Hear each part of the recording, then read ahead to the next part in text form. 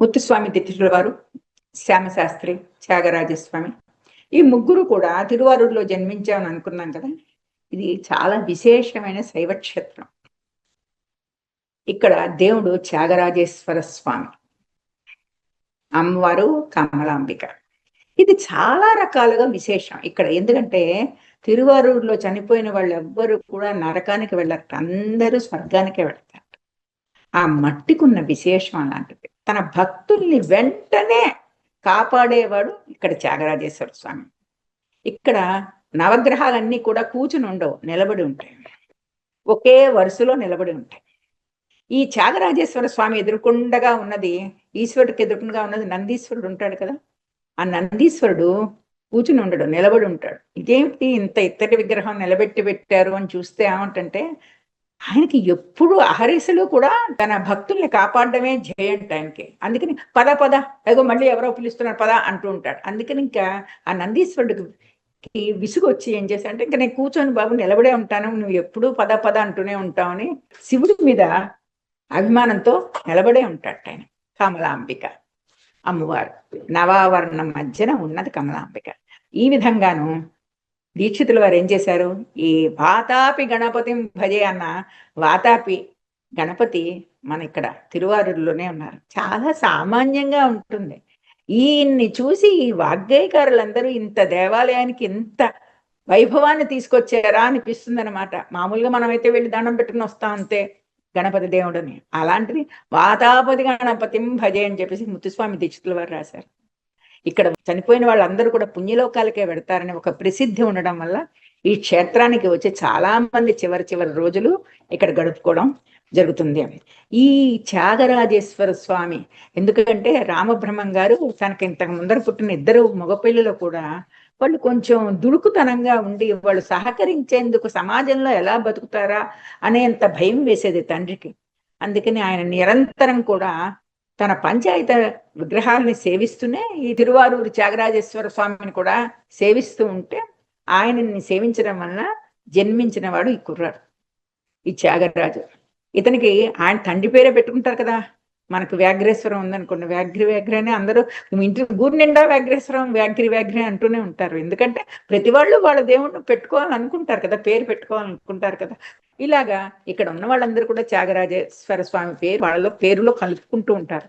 మన త్యాగరాజు, ఆ త్యాగరాజు రాసిన ప్రతి కీర్తనలో కూడా త్యాగరాజేశ్వర అని అన్నది తన మీద రాసుకున్నది కాదు, అది మనం అర్థం చేసుకోవాలి. అక్కడ త్యాగరాజేశ్వర స్వామి తిరువారూరులో వెలిసిన త్యాగరాజేశ్వర స్వామిని దృష్టిలో ఉంచుకుని అది ఆయనకి సమర్పించిన కీర్తనగా ఆయన తన వాగ్గేయకార ముద్రని ఆయన ఆ రకంగా చేసుకున్నారు. ఇంకా రామబ్రహ్మం గారు తన ఇలవేల్పోయిన శ్రీరామ పంచాయతన విగ్రహాలని పూజాగృహంలో ఉంచి నిత్యం భక్తి శ్రద్ధలతో ధూపదీప నైవేద్యాలు సమర్పిస్తూ ఉండేవారు. రామ తారక మంత్ర జపానుష్ఠానం ఆయన నిత్యవిధి. రోజు కూడా శ్రీరామచంద్రుడిని తలుచుకుంటూ ఆయన మంత్రం చేసుకుంటారు. మామూలుగా వాళ్ళైతే దండం పెట్టుకుంటారు, కానీ కొంతమంది మంత్రం తీసుకున్న వాళ్ళు ఇన్ని లక్షలు ఇన్ని వేలు అని చెప్పేసి రోజు జపిస్తూ ఉంటారు.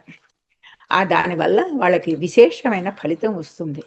అది వాళ్ళ వ్యక్తిత్వాన్ని చూసినా, వాళ్ళు ఇచ్చే ఆశీర్వచనం చూసినా, ముఖ్యంగా మన కామకోటి పీఠాధిపతుల గురించి మనం చెప్పుకుంటాం. ఆయన ఆశీర్వచనం కోసం ఎందుకు పెడతాం?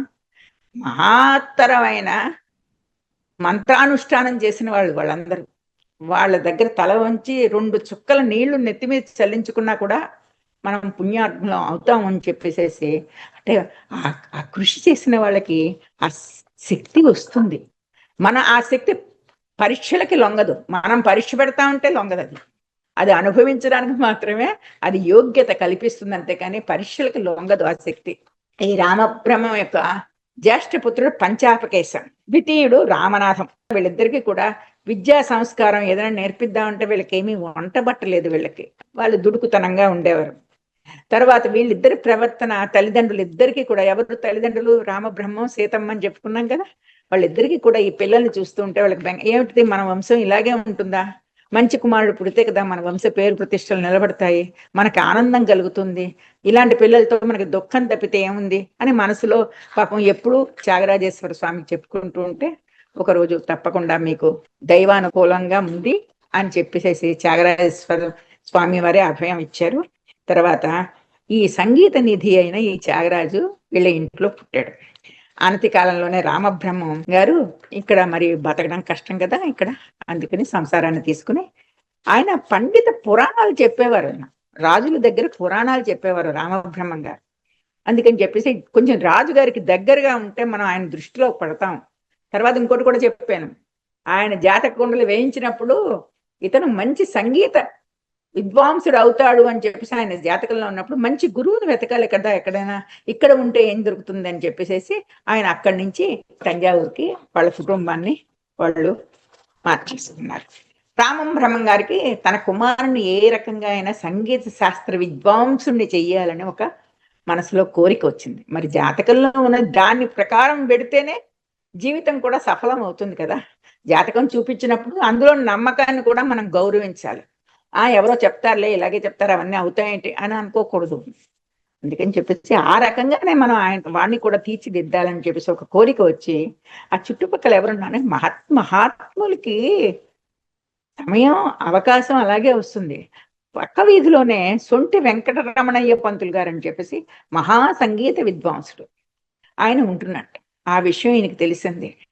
తెలిసి రామబ్రహ్మం గారు తన కొడుకుని తీసుకుని వెళ్ళి ఆ సొంటి వెంకటరమణయ్య గారి దగ్గర పెట్టి మీరు మా అబ్బాయికి సంగీతం నేర్పండి అని చెప్పేసి అర్థించాడు.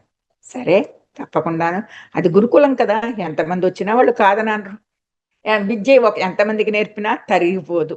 ఆ రకంగా సొంటి వెంకటరమణయ్య పంతులు గారి దగ్గర ఈయన శిష్యరికం మొదలుపెట్టాడు.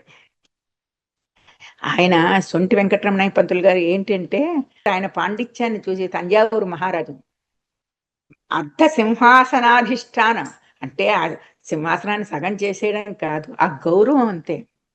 అది అర్ధ సింహాసనం నేను మీకు ఇస్తున్నానని దానికి తగ్గ మడిమాన్యాలు ధన సంపద ఇస్తారు పెద్ద పెద్ద వాళ్ళకి. మరి ఏ రకంగా గౌరవిస్తాం? ఏమిస్తారు? పద్మభూషణ్, పద్మవిభూషణ్, అన్నిటికన్నా భారతరత్న అని ఇలాగ ఉన్నాయి కదా గవర్నమెంట్ ఇచ్చింది. ఒక ప్రభుత్వం గౌరవం ఇచ్చిందంటే అది ఆ గౌరవ స్థాయి వేరేగా ఉంటుంది. అందుకని చెప్పేసి ఈయనకి అర్ధ సింహాసనం ఇచ్చి తంజావూరు మహారాజులు గౌరవించారనమాట. అంతటి మహాపండితుడు సొంటి వెంకటరమణయ్య గారు తంజావూరులో ఉంటూ మన త్యాగరాజుకి సంగీత గురువు అయ్యారనమాట. కర్ణాటక సంగీతానికి రాబోయే మహాదశకు ఇక్కడే అంకురార్పణ జరిగింది. తను ఏ గురువు కూడా అనుకోడు నేను ఇంతటి పని చేస్తున్నానని. ఇది ఎవరు ముందర రాసి ఇవ్వరు. దాని కృషి వల్ల సాధన వల్ల కూడా వస్తుంది. సరే పూర్వజన్మ సుకృతాలు పుణ్యం ఎలాగో తెచ్చుకోవాల్సినవి ఎలాగో ఉంటాయి. సంగీత శాస్త్రాన్ని ఇలాగ మెల్లిగా సొంటి వెంకటరమణయ్య గారి గురుకుల వాసం కదా, పూర్వకాలంలో గురుకుల వాసం. అవి చెప్పడం, ఆయన దగ్గర పాడడం, వినడం, నేర్చుకోవడం. ఎప్పుడు చెప్తారండి పాఠం అంటే 4 to 6, అది కాదు. అది గురువు గారి నోట్లోంచి ఒక్క మాట వచ్చినా అది శబ్దమే, విశేషమైన శబ్దమే. దాన్ని నేర్చుకొని దాన్ని సాధన చేయాలి. ఇప్పుడు ఒక క్లాస్ ఉంది, అప్పుడు ఆ క్లాస్ ఉంది, ఇదేం ఉండవు. అందుకే గురుకుల వాసంలో గురువులు నేర్పే విద్యకి మామూలు స్కూళ్ళకి వెళ్ళి నేర్చుకునే విద్యకి ఎంతో తేడా ఉంటుంది. ముఖ్యంగా సంస్కృతం కానీ, సంగీతం కానీ, తర్వాత చిత్రకళ కానీ, తర్వాత మామూలు నృత్యం, హరికథ, ఇలాంటివన్నీ కూడా ఒక గురువు దగ్గర నిత్యం ఉండడం వల్ల వచ్చే అనుభూతి వేరు, దానివల్ల వచ్చే సాధన వేరు, దానివల్ల వచ్చే జ్ఞానం వేరు. ఇవన్నీ కూడా మన త్యాగరాజస్కి చక్కగా గురువు దగ్గర నుంచి లభించాయి.